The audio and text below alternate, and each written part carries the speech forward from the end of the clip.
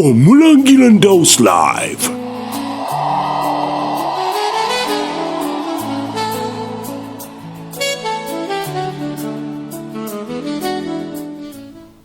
Oliko Omulangira Ndow's Live. Sharinga, commentinga, likinga. Kintu kikulu nnyo okusharinga abantu bonna bamanye obubaka bwekibwembawa. Twatandika akantu tugenda kukalemeramu ekirungi twazimba ekintu kino kati ke kaseera tulake mutero sobola kuba nga nammwe tukibatuusaako bulijjo mutuulira ku ma radio mutulaba ku ma TV netetera kwogerezeganya comment section eyo tuba tuyitaga tulabe ebintu manyi njagala nnyo negativity omuntu yenayina nga ali mu comment section ng'alina byawandiika ebiri negative binkolera binnyongeramu maanyi kitegeera tebimmalamu maanyi so Omulangira Ndow's Live we ye embeera gye tutambuliramu. Tulina Silver Bubble Studios obadde ozimanyi Silver Bubble Studios twakazikola ziri wali Empererwe Tasso Road yokwata booti ojja kutuuka waliwo Molinde Road awo wenyini wajja okusanga Silver Bubble Studios vuga booti ojja kulaba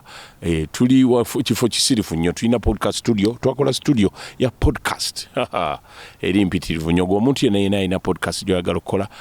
tujja kuwa space gojja tuwayo kasente kasamusamu tulina ne live band rehearsal studio tulina platform zonna ku Silver Bubble Studios tulina Cheza Productions band alina omukolo Mbaga Nkwanjula alina kyonna nanyimbe naku zino bazikubira bandi ezikubira wenna tugamba tuno tujja kwaniriza otuuku sente tuleke bisolo okubanga naffe tugenda maaso nyina nakikola ekintu abantu obbawa emirimu kitegedde tulina Silver Bubbles Entertainment tulina mwana muwala gwe bayita the Duchess Ronarungi omuyimbi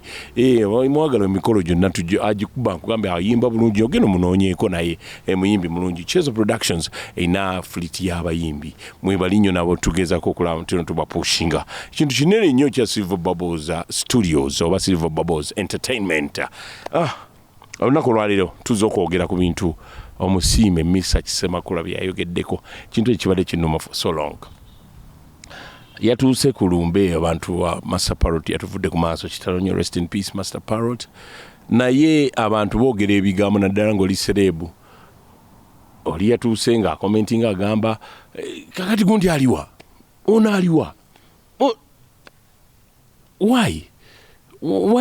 is it that omuntu bwafa basuubira kyampaka omuntu okuba nga waali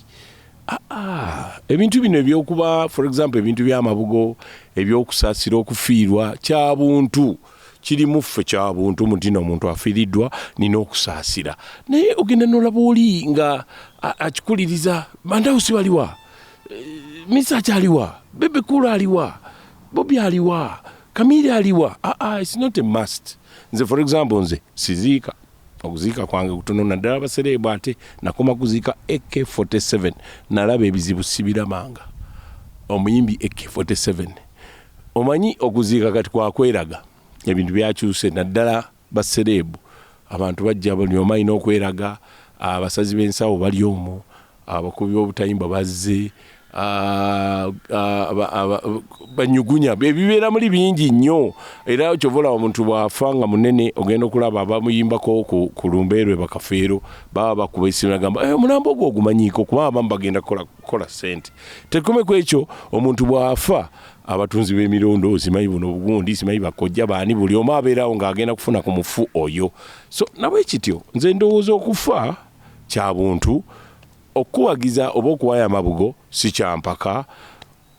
okubeera gwe wenyini ng'ozze ogamba mutino bagundi baliwa kyeyayogeddeko omusiime Misa Kisemakula mumanyi Misa Kisemakula nze nkyogera ddala nga Wamuganda omusiime Misa Kisemakula kyeyagambye mutino gwe sooka okoliwo kyokola gwe tandika ogambe nga tonakuyita gundi aliwa gwe tandika gula amazzi oba kola ku byentaana teekayo akasenteko instead of okuddaawo bintu byakwekwatakwata kati for example abantu bafiiddwa Gravity yafiirwa maama we Fefe yafiirwa maama we nze nafiirwa maama wange 3 years back nesaabika nakola ne kumpeewo obulungi ne maliza nga ntegedde bagambye afudde ekisubi niwe namala wenti okukola nga nsiibudde mubeere bulungi mwerawo it was a Friday ezaali nnaku zona 12 I remember nenfuluma nengamba bagayi bange benkola nabo bizonto mami afudde neŋŋenda so ebisigadde okikolanga muntu okusalawo okugamba mutino kansaasira endawusi oba muteekeyo amabugo oba nzije muziikireko si kyampaka ate era omuntu waba tazze kati olaba jjajja wa Kasuku yafa Lwasa yamukubira alina mupatezeraga oveeyo tujja kulabagana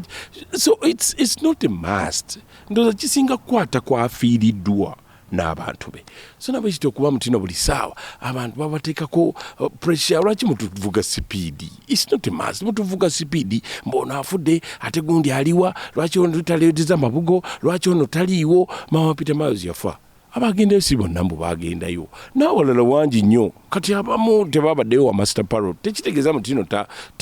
talumiddwa aba alumiddwa naye ayinza okuba nga yalabye abazadde ba Master Parrot wa family mu ngeri ye si kyegamba mutino amabugo bagasomewo naakoze bwati kyampaka nze sagana amabugo gasoma mutino mpaddeyo sente bwe ziti kubanga kyagamba lwaki ndawusa awaddeyo kakaddeko bane meka zonkolera ezo zoŋŋamba mpeeyo lwaki abantu amanyi tulina problem fe abantu abali mu limelight batusuubira mutino tulina okuwayo sente nnyingi nnyo lese mu kufiirwa oba mu mukolo oba tugenze mu meeting batusuubira okubaamu nese ne mu churches babitukola bareverandi babitukola nagamba mutino gundi kati tumulengedde akabbo kayite simanyi banoonya gaali ya reverandi bakola nyumba okugimaliza basonga kuggwe bannange sente zetukola zaffe na famire zaffe kitegeera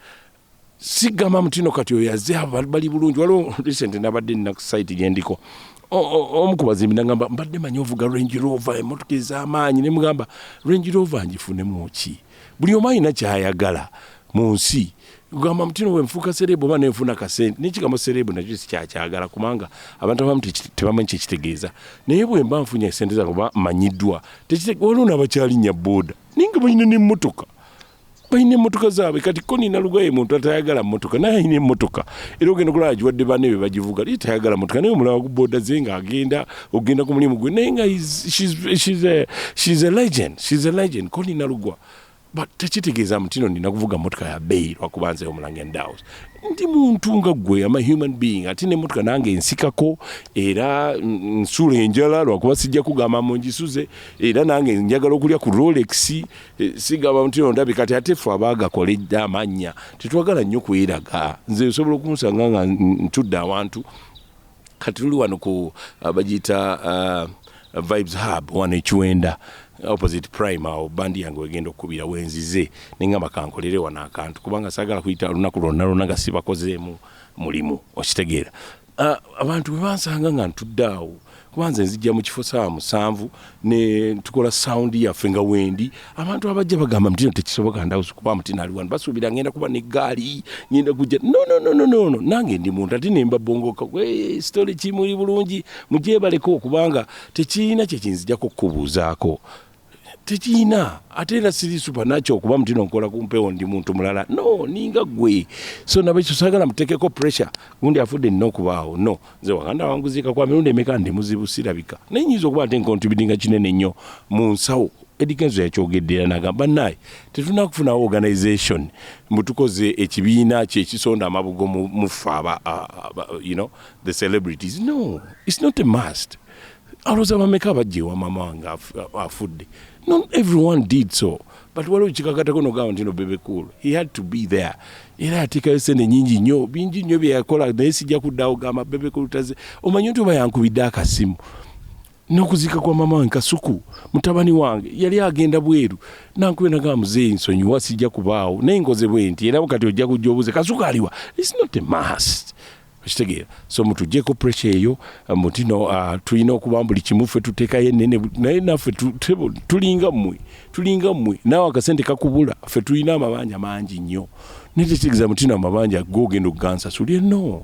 wekyoba okola nze kankola ebintu bikunyumire ku mpewo oba nkola akantu kakunyumire so I know people are gonna come in the comment section boogera ebintu bingi nnyo oba era agwoyogera bootire mbyagala avuma ate njagala nnyo abavuma muvumire ddala njagala nnyo muvume muba mumpa ekyokukola next okitegeera so yes abantu yes kati abantu ekintu ekyo kikulu nnyo enkolagana we and you kati mwe mudowooza mutino oyinza okuba onjagalako sente naye ate nga nina ebintu byenyiza okukukolera ebisingako ne ssente ekyo oba obadde okimanyi nga nyiza okukubira paasi essimu egi yokka eyinza okukyusa obulamu bwo nze nyiza okukubira just essimu egi nenkubira prime minister mukyala Nabbanja ne mugamba ogamba otyo wakabi oli bulungi omuntu gwe njagala ajje mu office yo naye mbadde njagala ompa appointment nenkubira paasi eyo bangi nnyo benkoledde paasi labika mutino bali mu industry oba bali bafunye emirimu nga nze nkuba ssimu emu njagala mutegeere ffe ba celebrities tetulina ssente tulina linnya ate waliwo abalina ssente ekyo kyawule ffe ba celebrities tetulina ssente tulina linnya ekyobugaga kye tulina linnya si ssente ekyo kitegedde so wembeera nyiza okubeera mu kifo nga nze sina yadde ekikumi nenvawo nga nina ssente why wembeera ku mukolo omugaga najja aba ayagala mwogere mpozi tulamusa omukulu gundi wali nga mpadde wana asatu gange kitegere jeso kyogere naye nga tasobola kujja ku microphone akyogere so erinnya lyetuliiriddeko lyetambuliddeko naye tekitegeeza mutino tuli bagaga nnyo tuli awo era olagenda nagamba laba akayumba kasulamu abantu bakyapangisa opangisa nze simanyi na lwaki omuntu addaawo n'alyogerera omuntu apangisa nebweru yonna bapangisa ate okupangisa si bulwadde kasi ennyumba oba ogisobola tibuli kigaana naye oli agamba maama asulaawo oyo talina kusulaawo biki gweoyagala nsulewa gyompadde please mutugjeeko akajanja mukitegedde ndoza mwebale nnyo mwebali eddawo kitegeera naye stop your wiseacking and all that you always guess Mulange House live Silver Bubble Studios abati tuzimanyi tukemperere Tasso Road Mulinde Road ojesanga podcast tukakola podcast studio live band rehearsal studios abaina band abaina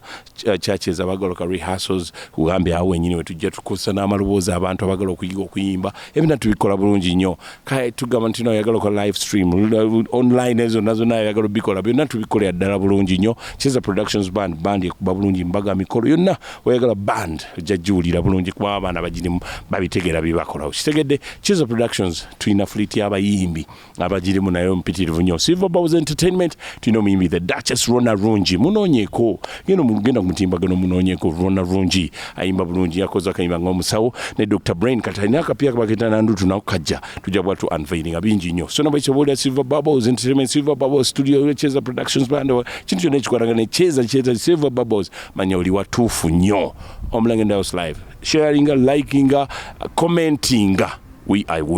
Omulange House live